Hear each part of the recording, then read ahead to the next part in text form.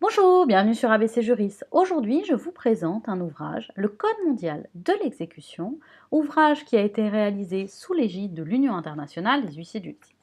Voici cet ouvrage tel qu'il a été publié en mai 2015 par l'Union internationale. Il a été ensuite publié aux éditions BOD en 2016. Voici la version sur laquelle vous pouvez le trouver. Alors, ce code, que contient-il? Tout d'abord, il contient 34 articles. Il a été rédigé, je vous le disais, sous l'égide de l'Union internationale des huissiers de justice et plus particulièrement sous l'égide de son conseil scientifique. Il contient des principes. Il s'agit d'un ensemble cohérent, commun à tous les systèmes d'exécution du monde. Il s'agit non de règles techniques détaillées, mais de principes qui peuvent être mis en œuvre dans les droits nationaux. Il appartiendra alors à chaque État de définir les règles précises, les modalités d'application de ces principes.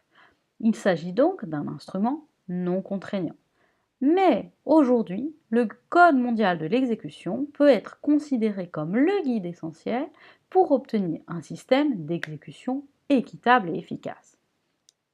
Comment l'Union internationale des huissiers de justice a-t-elle procédé? Tout d'abord, un état des lieux des droits existants a été réalisé. Et évidemment, seule l'Union internationale pouvait faire un tel état des lieux en matière d'exécution, puisque c'est l'organisation qui dispose du réseau nécessaire à cela. Ensuite, les différents droits ont été analysés et ils ont donné lieu à la rédaction de principes. Ces principes peuvent être considérés comme universels. En effet, donc le Code propose un équilibre entre les droits du créancier et la protection des droits fondamentaux du débiteur. Également, le Code introduit de nouveaux concepts qui sont liés notamment à la participation du débiteur aux mesures d'exécution. Il prévoit également le recours aux nouvelles technologies. Et enfin, il répond aux enjeux économiques nouveaux tels qu'ils ont été mis en avant par les différentes organisations internationales avec lesquelles l'Union internationale travaille. Pour chacun des articles du Code ou pour une série d'articles, les commentaires explicatifs permettent de comprendre les enjeux. Ils sont liés soit aux travaux des organisations internationales, soit à des textes déjà existants.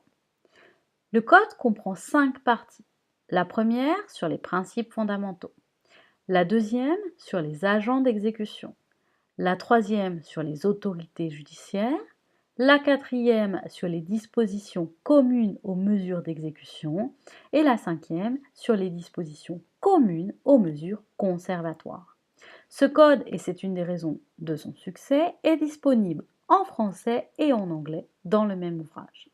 Voici pour la présentation de ce Code mondial de l'exécution, qu'à titre personnel, je trouve vraiment nécessaire pour travailler aujourd'hui en matière d'exécution, que ce soit en droit interne ou en droit comparé. Je vous rappelle mes coordonnées, j'essaierai de vous proposer au moins une fois par mois une présentation d'ouvrage le vendredi. Je vous invite à vous abonner à ma chaîne pour pouvoir me suivre.